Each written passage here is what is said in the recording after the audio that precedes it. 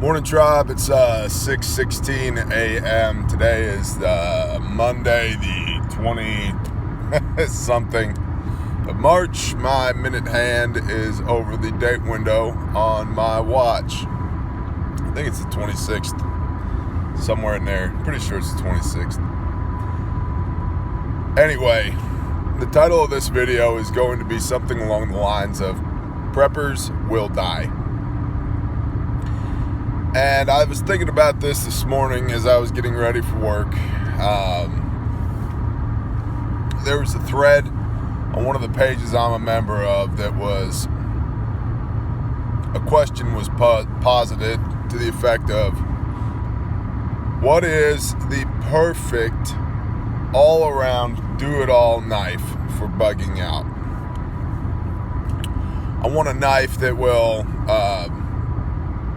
I can use as a draw knife, that I can baton with, that I can build shelter with, that I can cut vines in a jungle with, that I can knock down trees with, that I can skin small game with, and whittle toggles for traps, and blah, blah, blah, blah, blah. All of it. I want the perfect knife.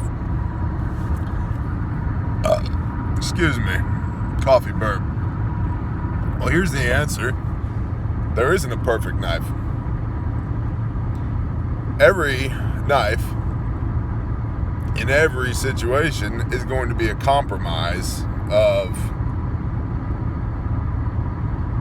the firepower versus mobility equation, right? The RTAC 2 18-inch knife, quarter-inch thick, that weighs 1.5 pounds, is not going to be the ideal weapon or tool to skin squirrels with, okay? And your grandpa's pen knife that's going to be great for cleaning small game is not the ideal tool for taking down 5-inch diameter saplings to use as shelter support or whatever. It's all compromise. So, now what does that have to do with preppers dying? The fact that the question is asked means, and then responded to, after that it becomes a gear parade. Well, I love my K-bar, I love my Boker SK7, I love my SE6, I blah, blah, blah, blah, blah. And then people just are basically looking for validation on their gear choices at that point. They're not actually offering any input. Okay? The fact that the question is asked means that the person who asked the question doesn't spend any time using their equipment. And that's the problem. That's why people will die doing this. Now,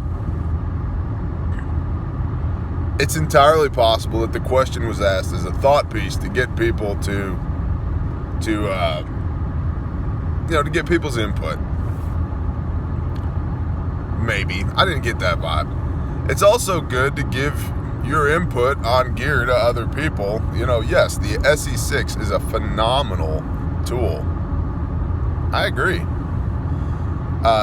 But if you don't know how to use it, that's the thing. It's not a magic wand. Owning that knife is not going to all of a sudden give you a lifetime of knife skills.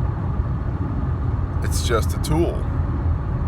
Somebody that knows what they're doing with a little Mora companion for $15 off of Amazon is going to smoke you with you and your $200+ SE6. So, the problem with preparedness right now, as I've said before, is that it's an industry. And because it's an industry, people, companies, whatever, are going to sell you gear that you don't need, that you don't know how to use, to fill the gaps in your skill set, the gaps that exist because you don't strengthen your skill set because you bought the gear to fill the gaps in your skill set, which you never use. So in Microsoft Excel, you'd get an error because that's called a cyclical reference. That does not work. Okay? It's a self-fulfilling prophecy of failure don't know how to do the work, so you buy the gadget to do the work for you.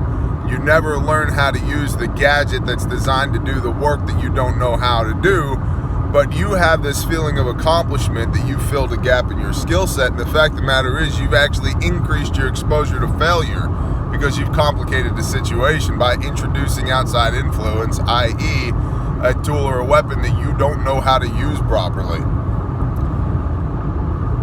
There's a lot of things. I mean, that's just one aspect of why people are going to die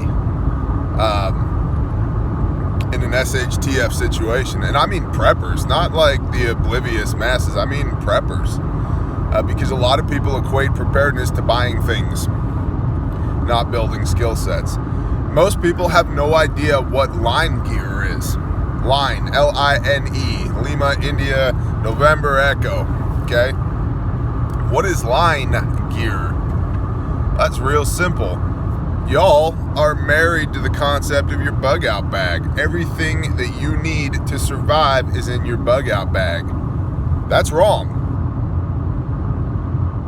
What do you mean? That is wrong. Everything you need to survive should be in your pockets and on your belt line. Your next level up from there should be something like a chest rig or what's called deuce gear. Okay? USMC uniform for common form, whatever it is, 782 deuce gear. That's going to be your chest rig, plate carrier, out, your load bearing vest, whatever it is. And for you civilians, just get a chest rig. Just believe me, get a chest rig. I have a video on this. Set it up as that's your survival chest rig. Okay. Then what's in your rucksack, what's in your pack, is all your extended operation stuff. That's nice to have, but not need to have. And you could argue, yeah, having a shelter is a need to have. Yeah, agreed. But if your pack gets destroyed and your fire kit, your water purification, your prescription medicine that you can't live without, your everything is in that pack, you're dead. You're dead. Or if you're running and you have to drop your pack and everything you need is in it, guess what? Now you have nothing because it's all in your pack, which is not where it's supposed to be if you're following line gear. There's the 4444 concept, which is, just look it up, 4444. You'll probably get forwarded to some kind of link from the United States military. 4 hours unsupported. That's your fighting load. 4 days, 4 weeks, 4 months. Most of y'all are running around with 4 months worth of gear for 3 days worth of bug out. You think that you're going to be stopping along the way to smell the roses and use your parang machete that you bought to build a shelter with, a primitive shelter that you've never built before. Or maybe one time on vacation you walked into the woods and built one once with that knife years ago that hasn't been sharpened since then because you don't know how to sharpen it. But you got too much stuff, too much weight on your back, and the load that you're carrying is all in the wrong place anyway. Let me give you a little hint, okay, about combat troops, right? Of which you're carrying as much weight as they are, hypothetically speaking. Probably not. In reality, the amount of gear that the standard foot soldier is issued is retarded. And just allow me that word. I don't mean that as a degradation to anybody that has a learning disability. I love those people. They are gems. Okay? But the amount of gear, the amount of weight the standard pair of boots on the ground is issued is absurd. And yet, us in the civilian world, we're like, I just want to replicate all of that. I don't want anything unless it's military spec. Check this out. Most of the time, infantry is riding in vehicles. And if they're not, in or on vehicles, and if they're not, guess what? Their packs are. They go forward and do, perform whatever mission tasks need to be performed on foot, and then their packs are trucked up behind them. Yet you want to put 60 pounds of gear on your back to bug out 50 miles.